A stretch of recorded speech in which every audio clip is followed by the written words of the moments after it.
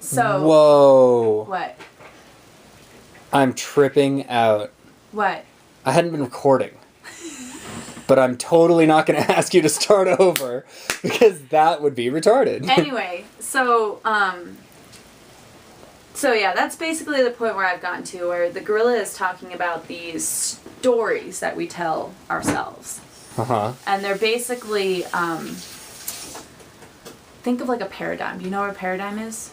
I think so. It's like, I know it from my psychology class, and it's a way that we look at the world. Okay. And so like you could have like... So like a worldview? Kind of, but like you could have like an optimistic paradigm where the world is a good place, everything's in balance, you know, people mean well. You can have... It's always perspective. It's like, it's always based on... You, the observer. It's based on an idea of you. Yeah. Like, it's not like, to say that it's a paradigm, you say...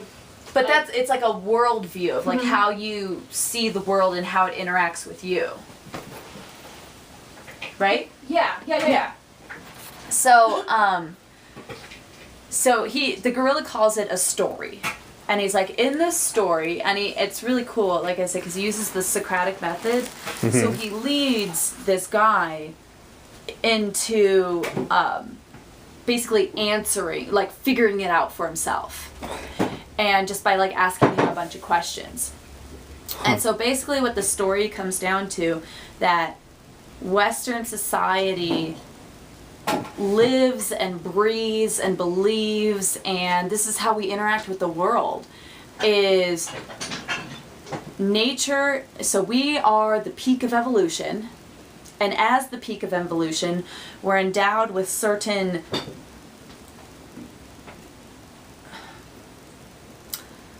almost regal properties.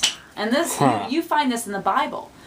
Adam is given dominion over all of the earth, all of the animals, all of the elements, and God says to him, you are in charge. As man, you are in charge. Right. And, I mean, think about how we live our day-to-day life. We kind of act like it, don't we?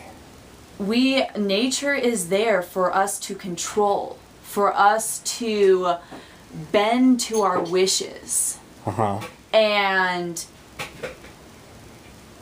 I mean, in certain society, and so he now this is specifically like Western society, but not just Western society. He the gorilla, ISHMAEL, that's his name, he delineates takers and leavers. So takers, yeah.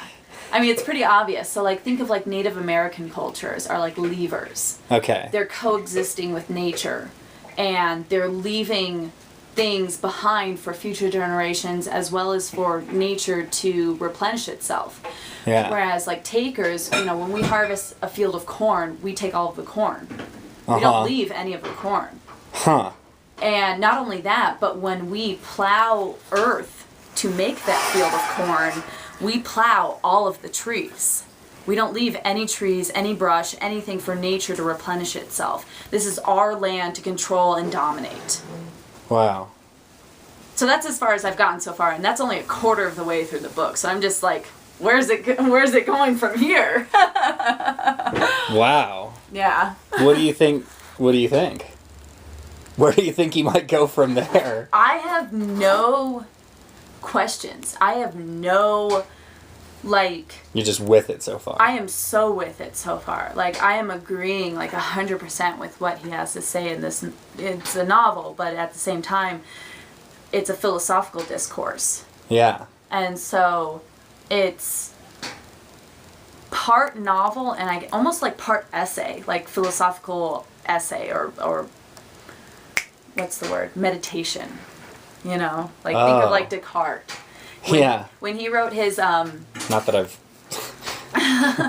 So his big like where. Doesn't he look a little bit like Darwin? Descartes? Yeah, big bushy beard. Okay. Yeah. Okay, I'm not just making that up. All right. And that Baha'u'llah guy.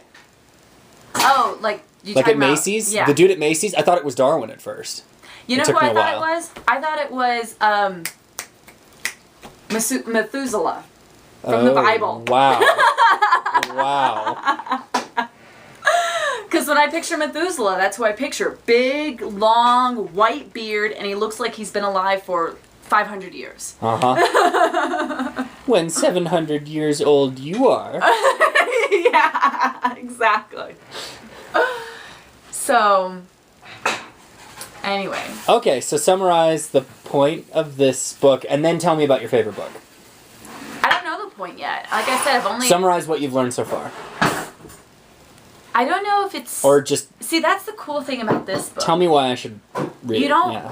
When you're reading it, like I said, because the gorilla is like the teacher, but he's not lecturing the narrator so much as just asking him a series of questions and letting the narrator come to his own conclusions. And... Wow. It's very Socratic, like I said. And so... Socrates had this theory that we're born with all the knowledge we ever need. Whoa. And we only have to uncover it. And that's all that learning is. It's just Plato was the cave dude, though, right? Plato was the cave dude. Okay, Yeah. so Socrates, all right, born with all the knowledge. Okay. And we just had to kind of... Learning was more of a remembering than anything. Wow. And so, and he actually, I remember reading this one discourse last semester where he reminds a little servant, like child, like 13-year-old servant, geometry. Huh. And it's questionable whether the boy's actually remembering, but Socrates doesn't make any statements. He's just asking the boy questions the entire time. Huh. So this book uses the same method? Exactly. And so the narrator is just kind of coming to his own conclusions. And so when you ask me, did I learn anything from it? It's not so much, it doesn't feel so much like a learning as a remembering, you know? That, like, it makes so much sense. Is like, one of the coolest book reviews I've ever heard, ever. I want you to, like, mention your favorite book just because this is so amazing and fun. And we've got to give that a little airtime, and then I'm going to cut this off at 7 minutes. And I'm going to post this. Is that okay? I'm a literary critic. Wow. Apparently, I am a literary critic now.